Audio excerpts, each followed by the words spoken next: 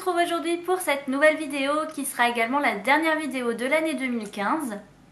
Cette année a été particulièrement mouvementée tant au niveau international avec tout ce qui s'est passé, les attentats, la politique, mais également au niveau personnel puisque j'ai été amenée à changer de décor comme vous l'avez très certainement remarqué au milieu de l'année. Du coup je me suis dit que ça pourrait être sympa de revenir sur l'année 2015 et notamment sur mon année livresque. Parlons un petit peu chiffres. Alors vous inquiétez pas, hein, ça va pas être trop long.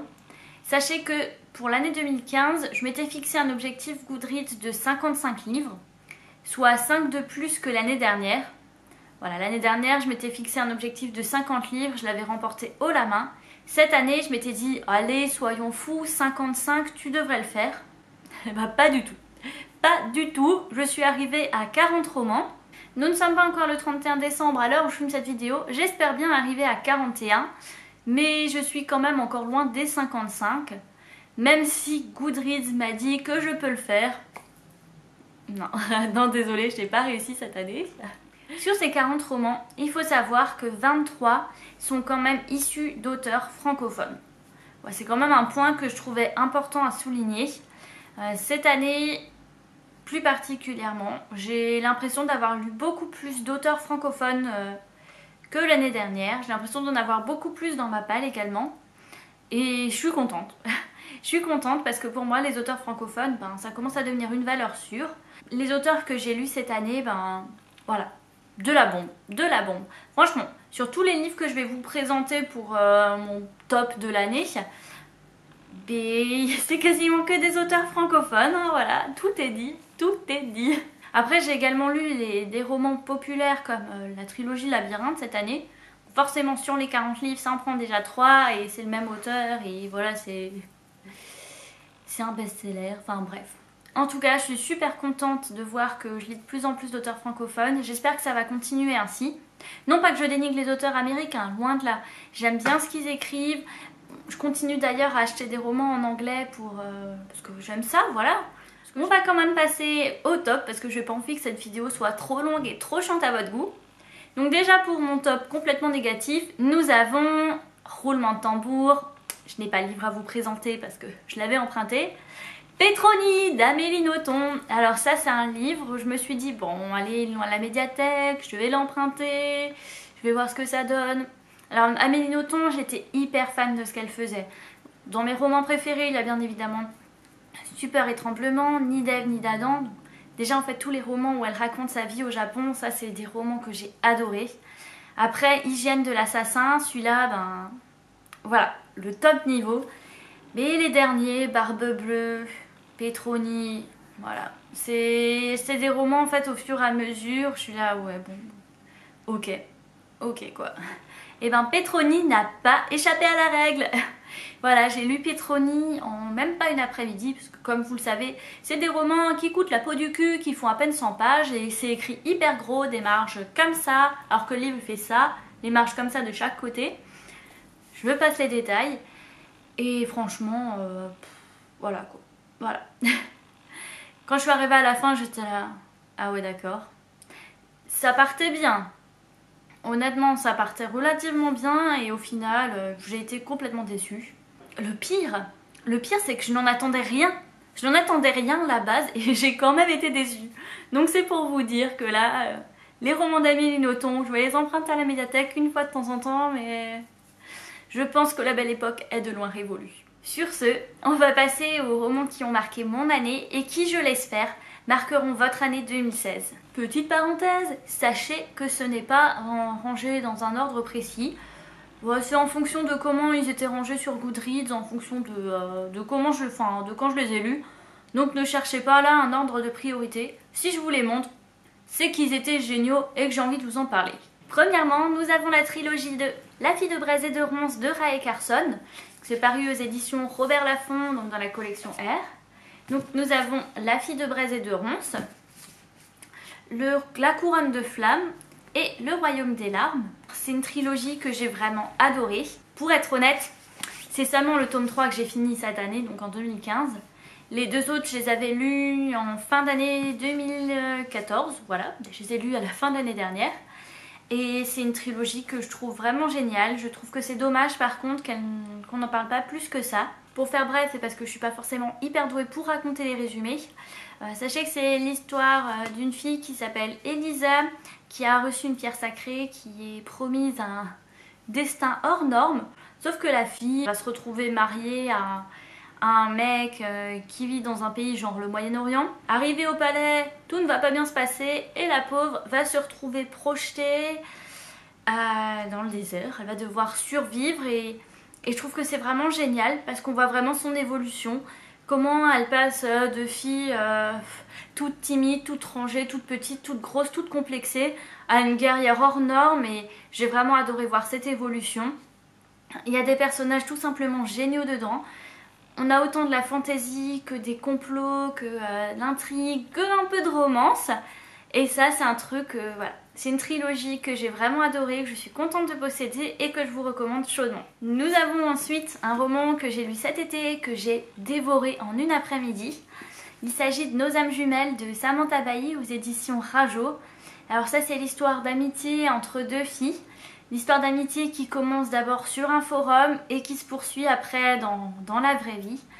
C'est un roman qui m'a vraiment touchée, que j'ai adoré. Les personnages sont vraiment géniaux, ça s'inscrit vraiment dans une réalité. On sent en fait que l'auteur a vécu ça elle-même et c'est génial. J'attends maintenant la suite avec beaucoup d'impatience. De toute façon, si vous êtes intéressés, je vous invite à voir les avis des autres copines sur internet, notamment Brody Books. Alors elle vous le vend super bien. Nous avons ensuite un roman que je ne possède pas encore, que j'avais emprunté à la médiathèque. Il s'agit de Porcelaine d'Estelle Fay aux éditions Les Moutons Électriques. Alors ça, c'est un roman que j'avais lu suite au conseil de ma copine Gaëlle, donc Lani la Books. C'est un roman que j'ai tout simplement adoré. Voilà, si vous êtes fan de contes, qui se passent dans la Chine antique, alors là, c'est carrément pour vous. C'est carrément pour vous parce qu'il y a déjà l'aspect conte, il y a de la fantaisie. Je me souviens que j'avais pas trop suivi la fin en fait. C'est le seul point négatif. La fin m'a un peu chamboulée. J'étais là mais what the fuck. Mais je sais que le reste c'est génial. Parce que comme je vous le disais c'est de la fantaisie mais il y a également une histoire d'amour. C'est vraiment une histoire d'amour qui se passe sur plusieurs siècles. Où on sent l'attachement, on sent la jalousie, on sent tout ça. Et c'est génial. C'est vraiment génial. Je vous le conseille. Lisez-le si vous pouvez. Nous avons ensuite un roman dont vous avez beaucoup entendu parler, que ce soit au mois de juin ou au mois de novembre. Je vous parle bien sûr de Phobos, les tomes 1 et 2 de Victor Dixon aux éditions Robert Laffont dans la collection R. Alors ça, c'est des romans, je ne veux pas dire que c'est vraiment les romans de l'année ou des romans de coup de cœur. Il faut savoir que ce sont des romans qui sont vraiment légers. Voilà, il n'y a pas forcément une histoire approfondie, il n'y a pas forcément l'écriture poétique que vous pouvez retrouver dans Animal. C'est plus en fait du thriller, de la science-fiction qu'autre chose. J'ai vraiment adoré parce que ce roman, c'est exactement ce que je cherchais au moment où je l'ai lu. Et forcément, ça joue. Ça joue complètement. Pour ceux qui ne sont pas au courant de l'histoire, il s'agit de 12 jeunes adultes qui sont envoyés en mission sur Mars pour la coloniser. Donc c'est 6 jeunes filles et 6 garçons. Ils ne se sont jamais rencontrés. Ils se sont entraînés chacun de leur côté. Et pour le voyage sur Mars, ils vont chacun être d'un côté du vaisseau. Et ils auront uniquement 6 minutes par semaine pour apprendre à se connaître. Le voyage se fait bien sûr sous forme de télé-réalité. Télé-réalité lancée par un programme Genesis. Et c'est par eux qu'on se rend compte que la réalité est tout autre que ce qu'ils veulent bien nous montrer. Et moi franchement c'est un roman que j'ai adoré, j'ai passé bon moment avec. Autant le tome 1 qu'avec le tome 2, même si j'ai préféré le tome 1. Maintenant, si vous avez vu mon dernier point lecture, sachez que j'attends avec impatience le tome 3, j'ai hâte de voir ce que ça va donner et j'espère qu'il va répondre à mes attentes. On va continuer avec un livre dont je vous ai déjà parlé plusieurs fois, j'ai même fait une vidéo dédiée alors que c'est hyper rare sur ma chaîne.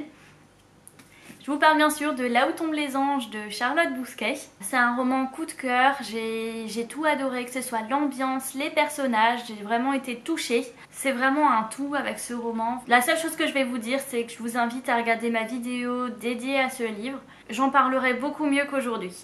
Et enfin, je vais vous parler d'un roman dont j'ai très peu entendu parler sur la booktubosphère ou même sur la blogosphère. Je sais que Karel l'avait lu. Bon, mon copain Blacky aussi. Il s'agit du Château des millions d'années de Stéphane Przybylski. Donc c'est le tome 1 de la tétralogie des origines et que c'est publié aux éditions Le Bélial. C'est un roman que j'ai vraiment adoré. De base, je ne pensais pas acheter un tel roman. Parce que voilà, quand j'ai lu le résumé, j'étais là, ouais bon. J'ai entendu des personnes en parler, j'étais là, faut quand même que je teste. Va quand même falloir que je lise ça. Et je ne regrette pas un seul instant. Pour vous situer l'histoire, celle-ci se passe en 1939 du point de vue de l'Allemagne nazie. Heinrich Himmler, que vous connaissez très certainement de nom, diligente une expédition archéologique en Irak dans le but de s'allier avec les populations locales pour bien évidemment gagner la guerre. Sauf que lors de cette expédition, Friedrich Streckshauser, donc le personnage principal de ce roman, va faire une découverte qui va vraiment changer la face du monde. Je ne vous en dis pas plus pour ne pas vous spoiler, mais sachez en tout cas que c'est vraiment génial, dans le sens où ce roman pourrait être une uchronie. On a une base historique, mais au final ça part carrément en science-fiction avec des choses auxquelles on ne s'attend pas du tout. Voilà, c'est pas écrit dans le résumé, donc je ne vais pas vous en parler plus, mais sachez que c'est vraiment génial. J'ai le tome 2 dans ma palle et j'espère que la suite va être tout aussi géniale que le tome 1. En plus, il est plus gros, donc j'espère vraiment que ce sera le cas. C'est tout pour les lectures qui m'ont vraiment marqué en 2015. Bien évidemment, la majorité des lectures que j'ai eues cette année m'ont beaucoup plu. Vous pourrez trouver le détail de mes lectures dans le lien Goodreads que je vais vous mettre en barre d'infos. Ce sont des statistiques sur mon année, sur le nombre de pages lues, en moyenne, le livre le plus fin que j'ai lu, le livre le plus gros. Je trouve que c'est vraiment génial et je me suis dit que ce serait un moyen assez sympa de vous montrer tout ce que j'ai lu vraiment cette année. En plus, il y a toutes les couvertures, donc niveau visuel, c'est super top. J'espère maintenant que 2016 sera également rempli de super lectures, que je vais passer de super moments avec mes romans. Il y a des sorties que j'attends avec beaucoup d'impatience. Je vais peut-être vous faire une vidéo à ce sujet. Maintenant, ce n'est pas dit non plus. Ce sera la surprise, comme à chaque fois. Je vous remercie encore d'être toujours plus nombreux sur ma chaîne. Ça me fait vraiment plaisir de voir l'évolution qu'elle a pris cette année. Bon, je sais que les salons y sont également pour quelque chose. Mais voilà, j'espère que ça va continuer, que vous serez toujours plus nombreux, que vous continuerez à m'écrire des commentaires et... Si vous ne l'avez pas fait, n'hésitez surtout pas, je ne mords pas, j'aime bien les lire, j'aime bien répondre, c'est quelque chose, comme je vous l'ai déjà dit, c'est quelque chose que je préfère vraiment sur Booktube, c'est cet échange qu'on a avec les gens et ça c'est vraiment génial. En attendant, je vous souhaite de bien commencer l'année 2016, d'avoir de bonnes lectures et je vous dis à très bientôt. Bye!